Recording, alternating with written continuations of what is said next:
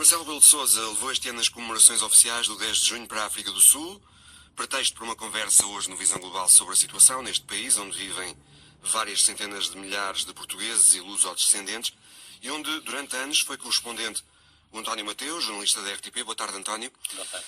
A África do Sul, presumo, é um país nesta altura a passar por uma situação muito complicada, com talvez 90% da população a viver com dificuldades, cortes constantes no abastecimento de água e de energia, com os efeitos que isso tem na produção das minas, das quintas e das fábricas, problemas também de infraestruturas, como as ferroviárias, que estão a afetar o transporte de mercadorias. António, o governo de Cyril Ramaphosa, eleito em 2018, tem estado aquém das expectativas? Tem estado, primeiro porque Cyril Ramaphosa sente quem é importante nós recordamos que Cyril Ramaphosa era o personagem que Nelson Mandela queria que lhe tivesse sucedido na presidência da África do Sul. Foi ele o negociador-chave do lado do ANC do fim do Apartheid. Era o Delfim de Mandela. De todas as formas, ele antes tinha sido o secretário-geral do poderosíssimo Sindicato dos Mineiros da África do Sul e daí ele ser uma personalidade bastante escutada, mesmo nos sectores mais radicais da África do Sul e não só. E por isso, quando ele sucedeu a Jacob Zuma, que era um presidente bastante controverso, ele esteve associado a tudo que era aquilo que Nelson Mandela não defendia na gestão pública. Jacob Zuma, exatamente. E, portanto, quando ele regressou à atividade política, ele esteve afastado da atividade política pura praticamente desde que Nelson Mandela assumiu a presidência em 1994, só regressou já no fim do último mandato de Jacob Zuma e regressou com um país em polvorosa. Ele tentou devolver a África do Sul e reencaminhá-la para todos aqueles vetores humanistas, rigor moral, ética na gestão política, tudo aquilo que se sonhava para o futuro da África. Diz-se que Ramaphosa é um presidente moral, mas incompetente. Ele tem todas as qualidades que se advogaria num presidente africano, dialogante, tolerante, que aceita a divergência extrema à esquerda e à direita sem as ostracizar. No entanto, isto arrasta também muitos problemas. Quando nós assistimos na Europa a este continente ser procurado por uma multidão de migrantes que provêm de sectores do mundo que têm problemas, desde o Médio Oriente à África, imagine-se o que é um país onde não tem que se atravessar o Mediterrâneo, chega-se a pé, e a África do Sul é isso mesmo, é um vetor de convergência de milhões de africanos, com todos os desafios que isso arrasta. É um polo de atração no continente africano, porque é um dos países mais ricos da África. Potencialmente mais ricos, eu quando digo potencialmente é que com mais oportunidades. Exatamente, mas só que isto é finito.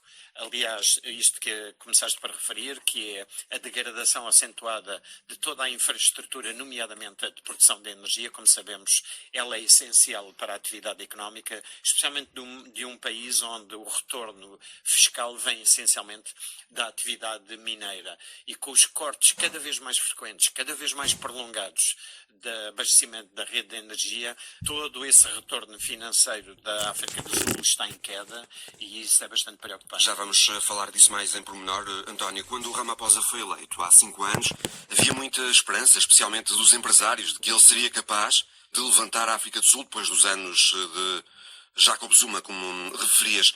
Até porque Ramaphosa era um empresário como eles. Exato. O que é que terá corrido mal?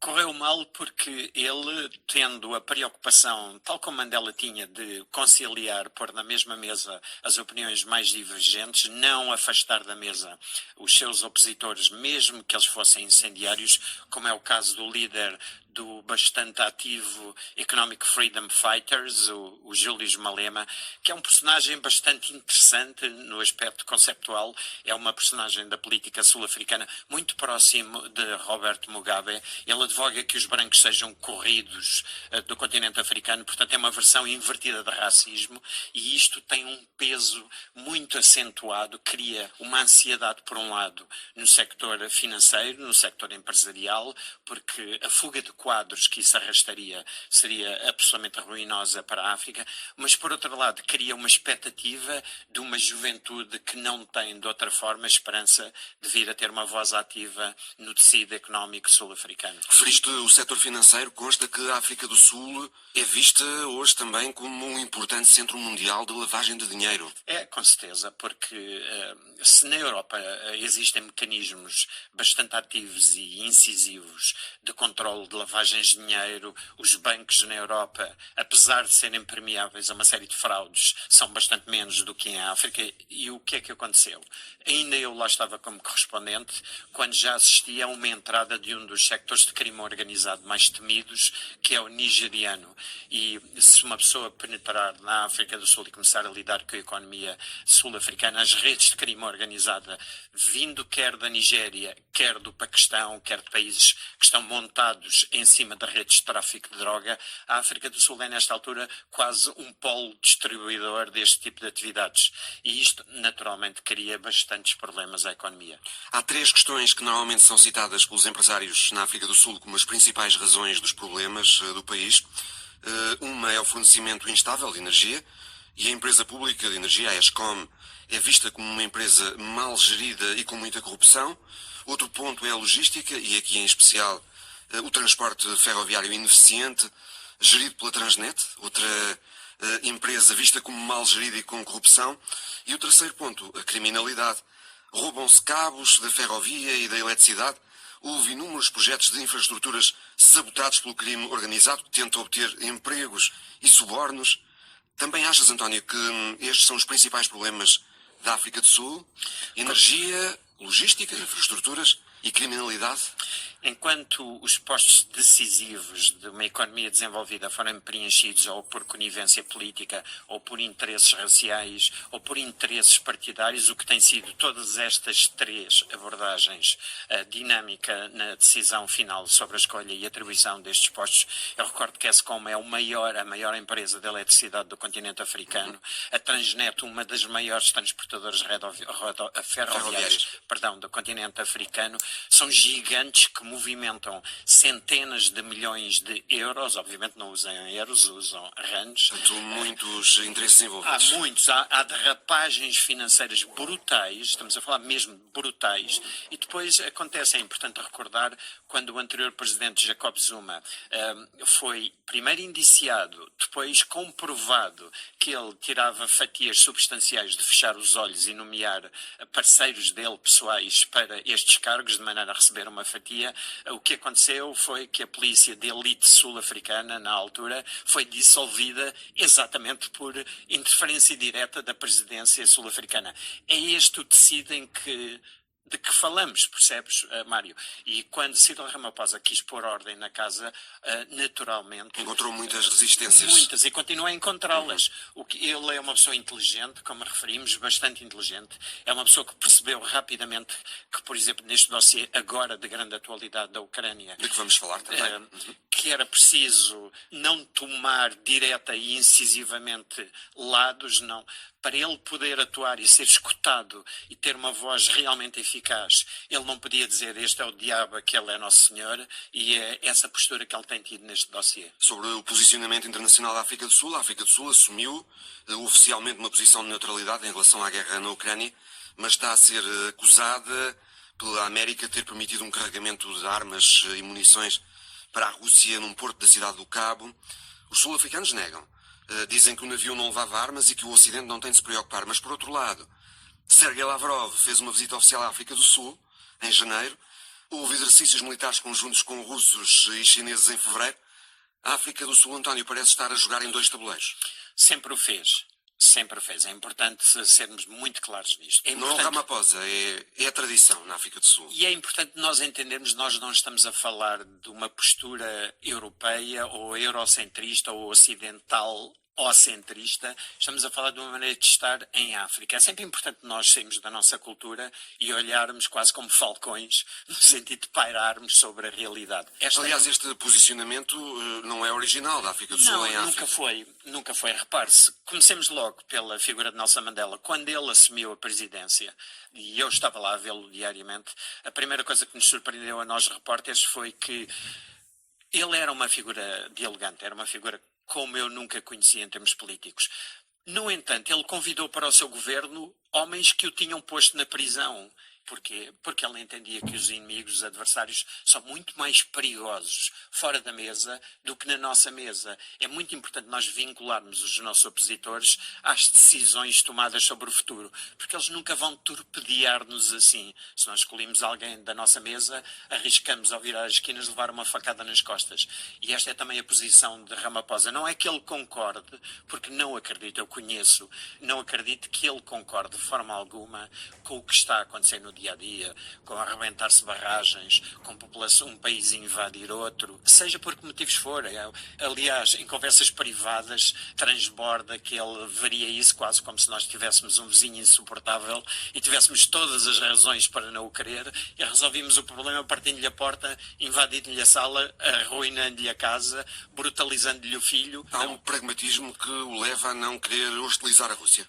Também, por outro lado, também é muito importante nós recordarmos isto. Nelson Mandela, assim que assumiu a presidência, manteve o diálogo com o líder líbio na altura, Gaddafi, e foi muito, muito criticado pelo Ocidente por o ter feito. E ele dizia, na tradição africana, nós nunca abandonamos quem nos deu a mão quando estávamos de joelhos.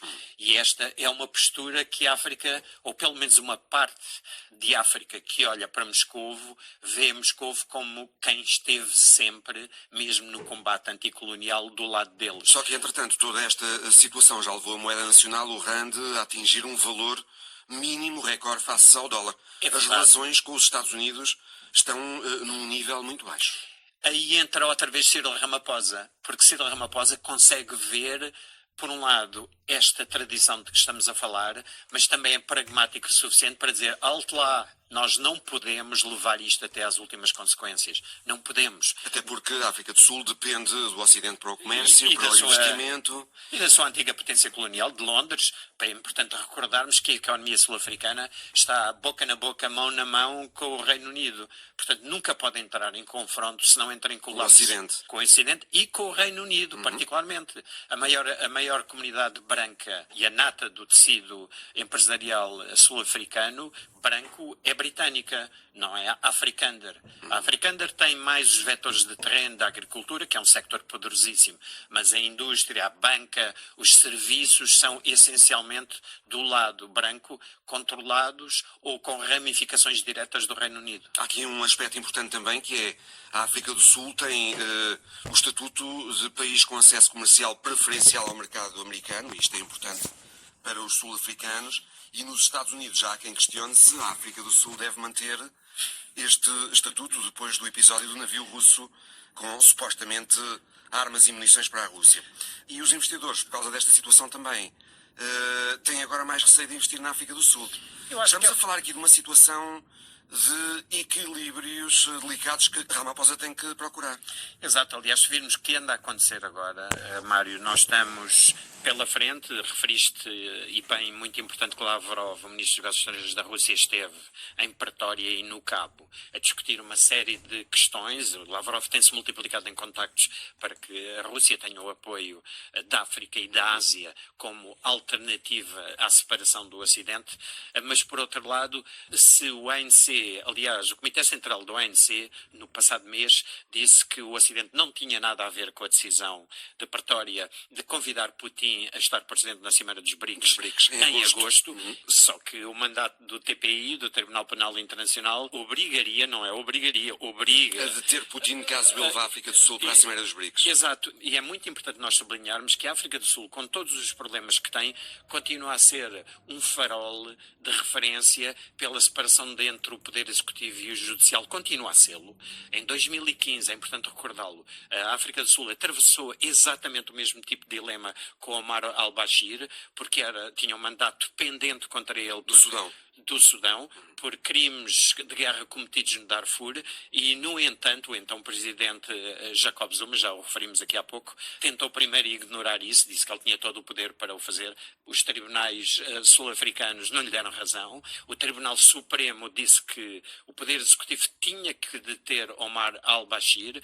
O governo de Pretória fez uns trocadilhos, prometeu que iria atuar sobre isto, interpôs um recurso junto do Tribunal de Apelo e garantiu que Omar al-Bashir ainda estava no país. No entanto, quando o estava a fazer, o presidente Jacob Zuma emprestou o seu próprio avião presidencial para deixar fugir Omar al-Bashir. Nesta altura, a oposição e os tribunais sul-africanos já estão atentos e dizem que, a haver detenção, é mal ele põe um pé na África do Sul. O que é que decorre daí, Mário? Nesta altura, nós sabemos, a diplomacia sul-africana está a tentar negociar, quer com a China, quer com a Índia, em último recurso, a passagem da organização da Cimeira dos BRICS para um destes países, porque nenhum deles é membro do TPI. A acontecer essa cimeira de agosto na África do Sul, um mês depois, a África do Sul acolhe uma cimeira comercial entre os Estados Unidos e os países africanos, portanto, a África do Sul sempre nesta corda bamba, chamemos-lhe assim, não é?